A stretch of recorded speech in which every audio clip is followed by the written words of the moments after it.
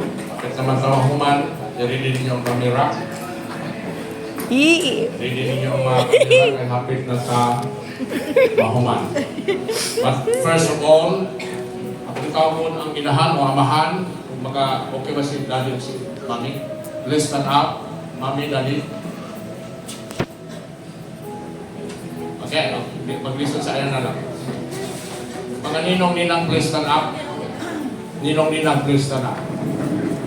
Okay, maunang ginikanan sa laki, ginikanan sa babae.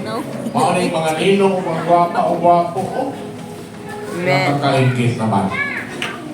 Palakpakan na ito mga ninong-ninang. First responsibility sa mga ninong. Panahon sa Pasko, number 1, may taguhan. Joke only.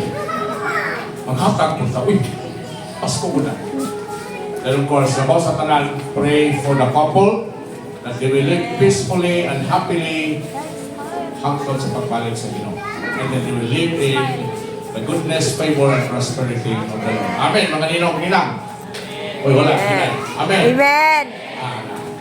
O, salamat sa daddy o mami. Mami, wala si daddy.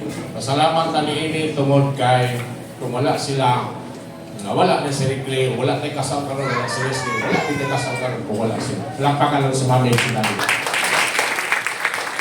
Okay?